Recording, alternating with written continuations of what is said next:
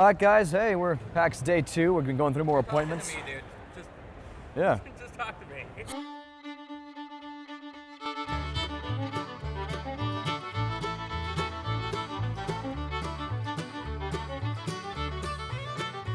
Hey, everyone. I'm Stutterstruck here at PAX West with Amanda at the Behemoth booth. Amanda, say hi. Tell us what you do. Hello. Hi, everyone. I do marketing. I do public relation type stuff, social media, community management, all the fun stuff that involves talking to people about games. So, hi.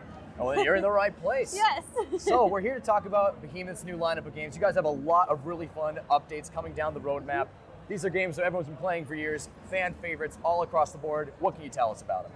Oh, so first up, a big hard-hitting one is we are doing Castle Crashers DLC for the first time in 12 years. Woo. So, yeah, this DLC will add Steam Workshop capabilities for the first time ever to the game. So players can create their own characters. The fans have been asking for this for so long because they want to put their original characters into the game. And so we're happy to finally be able to offer that to them. You're gonna have a custom chicken costume perhaps in game? So actually, we stream with little alien VTubers, so I kind of want to make my little alien. It's a little pink alien with cute little buns. I want to make her in the game. I personally have played Pit People. I know you guys don't have a booth for that here, but what's coming in store for that game? So Pit People is getting update 8, which is it's a little bit farther down our company roadmap, so our plans for all of our game updates, but it is getting an update 8. It'll be more of a quality of life update. And that's all I can really say about that one for now. I'm excited. Yeah. I am excited. I also noticed you guys have a really awesome setup here at PAX. You guys have a bunch of arcade cabinets. Was that, like, I know most devs tend to have booths with monitors and consoles. Sorry. Oh, we have a cameo today. Hello, sir. You guys had arcade cabinets. Why did you guys decide to go with that setup instead of more traditional monitors and keyboards? So actually, all of our games are kind of in the arcade style. When the company was formed, we wanted to have the feel of making co-op games that remind you of going to the arcade with your friends, except you don't have to put in quarters to keep playing. And when you die, you can just keep your progress and keep going. So you don't have to start from square one. So that was kind of the original idea when we started making games, and we like to bring that to the show floor with our Behemoth arcade. So. All right. Yeah. Homage to your origins. I love that a lot. Well, we're going to go check out some of the games they have here, but otherwise, thank you so much, Amanda. Is there anything else you want to tell our viewers before we hop off? Thank you. All right, guys. Thank you so much. We hand make all of these. Damn. Yeah. Well, not me, but you know. I assume, no, you're a chicken of many talents. Tackle Barbarian, this is a mini game in Castle Crashers that has its own arcade cabinet. So, last but not least at the show, Battle Block Theater is a 2-player. We like to call it co-optional game because when you play with a second player, see, you guys can punch each other.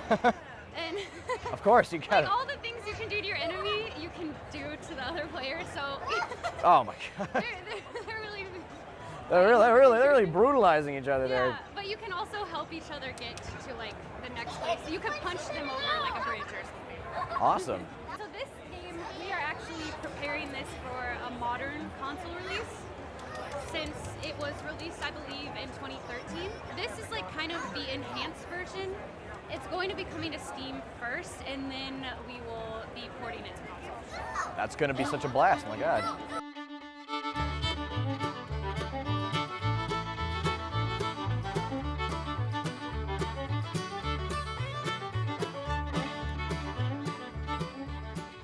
Hey guys, I'm here at PAX West with Sarah at Triband. We're going to be talking about their new game, What the Car, and their studio's awesome work on it and their other titles. What do you do at the studio? What can you tell us? I'm community manager at the studio, so I put out the fires and stoke the hype and all that kind of You stuff. stoke the flame and put out the wrong fires. Yeah, I like that. Yeah. It's just fire everywhere in the studio. What the Car is made by people who don't know anything about cars, and then decided to make a racing game. But we've definitely put that in quotation marks with the racing game. Because in between that, we've got mini games that are about cooking or, I don't know what, playing ping pong, singing karaoke. Bowling. Normal car stuff. Yeah, very normal Normal car car things. activities like that. You guys had so much content. Yes, yeah, we did. I was almost shocked. Like I thought they were gonna be. It's like that was like an entire game's worth of content just in the demo alone. How much more will we see beyond that demo? The demo is around 10% of what is in the full game. Holy sh! So crap, we have excuse my language. we have different biomes that we call episodes, and there's 8 of those episodes in the full game. So maybe there's like 30-ish levels per biome as well. And so the first one is like jumping, running, the normal car world. Then we have sports. The newest ones that we added to it was Mad Max inspired. Okay. Yeah, we're really just kind of going all over the place. Awesome. So on release, will you continue updating the game with more biomes and as it goes on? Yeah, we will. We'll add more stuff to that. It's a live game, so there'll be new little patches or updates to those kinds of levels that come out. Little challenges as we find new car versions or car mechanics we can add. And there's also a level creator as part of the full game. In the demo that we put up for Steam Next Fest, we had plucked a few that had been made beforehand with this level creator. But in the full game, people can try the different car shapes and then make a little level, make a challenge, and then you can share that with each other too. The entire Unhinged Steam Workshop could finally have their day with what yes, they are. Exactly. My last question, thank you again so much. Tell me about the bears. Why the bears? What's the bears? They're your friends. They're my friends. They're cuddly, squishy. They sound like little toys when you run into them with your car. They're also cars' biggest fans. They are. They're just really enthusiastic, but they have really good insurance and they're all wearing bike helmets, so it's safe. They're totally fine. There you go. No bears were harmed in the making of this video game. That one. Awesome. Yeah. It's coming out on next Monday, Next September Monday. 9th. It's practically here. I had a great time playing it. Go try the demo if you haven't, and I definitely think you'll enjoy the full game. Thanks again, Sarah. This has been awesome. Thanks for having us.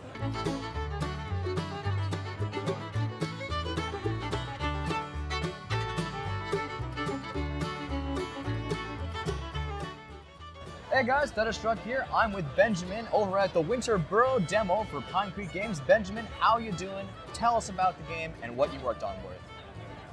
Thank you for having me. Yeah, this is Winter Burrow. It's a cozy woodland survival game.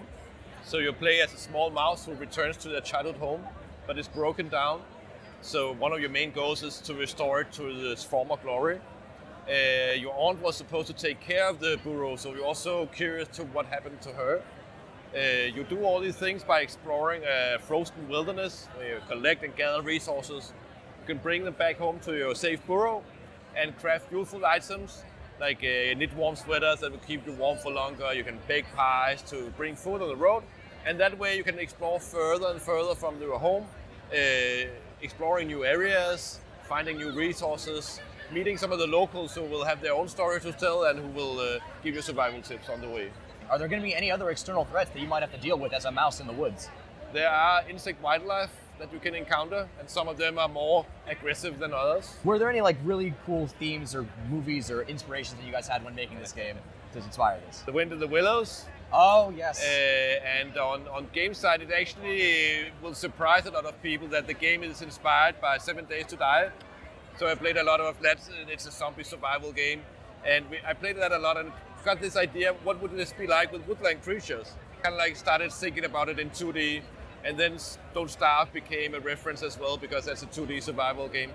So there's a lot of inspiration from all over. Because I can already kind of get a picture of what I'm going to be playing here, and that's not just because I'm staring at the loading screen. Thank you so much, Benjamin. I'm excited to give it a try. Thank you. All right, starting it off.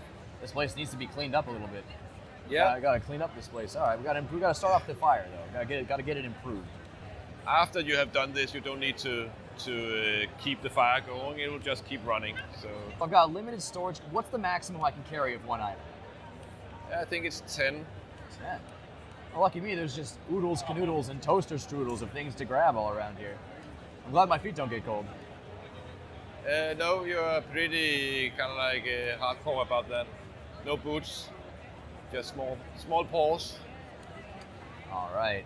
I mean, it's a small mouse in a big world, you know. It is. Danger around every corner. So will the snow ever melt around during the playing of the game, or will it get worse? It will always be winter. It will always be winter. But there can come snowstorms, for example. So I think I'm getting progress. I think I need one more of something, though. I think you have enough. You think so? All right. I'll take that as the word of God to go craft it really quick. This is a narrated version of the game. I can be like Obi-Wan Kenobi, craft the stone axe, Luke. Yes, trust. So I have my axe in my belt. I see that. Yeah, so you can use that to harvest different items, different resources. I see. So the tools also take up an independent slot on your thing instead of a resource. Yeah. I think you have the twigs, but you also need logs. So this is twigs. I need the logs. Yeah, Okay. so I think that. Maybe right there. Says Obi-Wan. Yeah. Cut down the log and you will get logs. How did you know? I'm really good at figuring out games, you know. If you hit the log, Especially if I've been a part of the development team. that might give you a couple insights, Yeah. perhaps. Is there like an item I can craft, like snowshoes, to move faster? Yeah, there's snowshoes that will help you a little. You can also sprint on the B button. Oh, okay. Excellent. I was like, man, this snow is deep for a mouse. Yeah.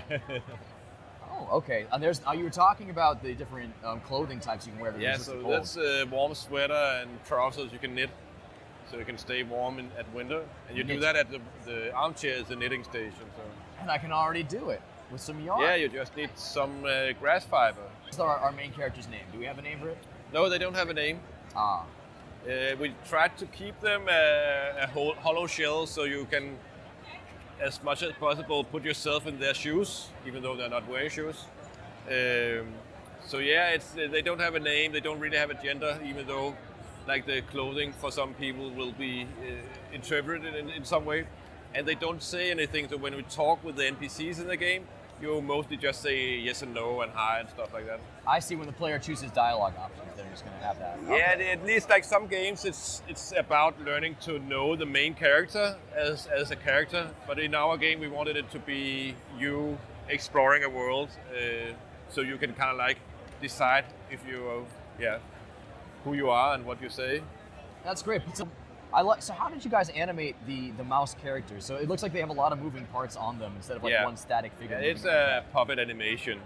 Oh. And we did that because we wanted to, when you equip clothing items, we want the mouse to change so you can see your mouse wearing the sweater. So it takes a lot of work to just add a sweater because you need to make it in all walking directions. I see. That's also, we knew it when we did the choice of some games animate the character just looking at the camera all the time. But we decided to have it turn around. But that also adds a lot of work, but it just makes it more kind of like. Yeah, I like the 360 degree. I like the detail. You even have different angles on it. You have each 15 degrees every time. Yeah. Uh-oh. So now night has fallen. And which this way's is the house? as dark as it gets. But you can see like you're I'm probably freezing. dead here, but I can't find my house. Oh, I see. So if you perish, you lose all your gold. You'll die. Oh, you faint. Okay. Yeah, you faint, die, like that's. Will your stuff be where you left it, or will it all be gone? So you can go back and pick it up. Awesome. Thank you, Obi-Wan. But now you can follow your footsteps. I noticed that. That was a really cool detail. Yeah. There we go. Oh, I'm so cozy. So now I can go outside and survive, right? Yes. Yes, that's yeah. maybe a bit quick conclusion. I kept cutting down these smaller sprouts. Those are intended to regrow, aren't they? Yeah, they will regrow once in a while. You will not, Bug. You will not regrow. Your lineage ends with me. It's gone forever now. It's gone forever. I mean, it's extinct. Yeah. It's gone. It didn't have any relatives. Oh, I can walk through this. I thought I had to cut it down. Interesting. Is that a hiding mechanic? Yeah, so you can hide from the hostile insects if you want to, instead of engaging with them. So depending on how you like to play, you can either just run away from them or you can kill them. Or choose violence. I choose violence. Yeah. Okay. I love that. Yeah, so the auntie is on the other side of the bridge, which you haven't found yet. So you need to go to the east to find it. You need to repair the bridge. Repair the bridge, huh? With some twigs, perhaps? Rope and planks. Rope. All right. Well, I'm going to need to make a lot more then. I am behind. You get back to work, Mouse. We've got a lot to do. I'll say hi first. It's polite. Yeah. Quillian's the name, peddler by trade. I haven't seen someone around here for long. The smoke gave you away. It'd be nice to see that old place brought to life. I pass this corner over the Northlands every second day, just so you know. You trade with the locals. Many wouldn't make it for harsh winter. Oh, so he's going to be a trader who comes by every 2 days? Yeah. All right, that's really So cool. that's also a way to, if you don't want to fight the hostile beetles as a way to complete the game, you can get some of the resources from him if you need it. Oh, okay. So are beetles the main enemy type? Yeah, most of them are hostile, but some of them are also just don't care about you just running around. We're working on this game. What was like your favorite aspect of the development process so far? Like, what have you enjoyed? I know you have a lot of like inspiration from Wind of the Willows and from similar like games in the genre. But like, what was your personal favorite thing about working on this? That's a good question. I think it's interesting to start working on the idea from the game from an idea phase, and then when you reach the point where you actually have an animated mouse running around in an environment that beforehand was static, I think that's the most rewarding thing, that when you can start playing it. I think that's what I like working with games, that it's not only an animated movie, it's something that you can interact with, and you can kind of like, you become a part of that world. I am immersed. I'm enjoying this a lot. All right, but I did repair the bridge before the demo. That's what was important.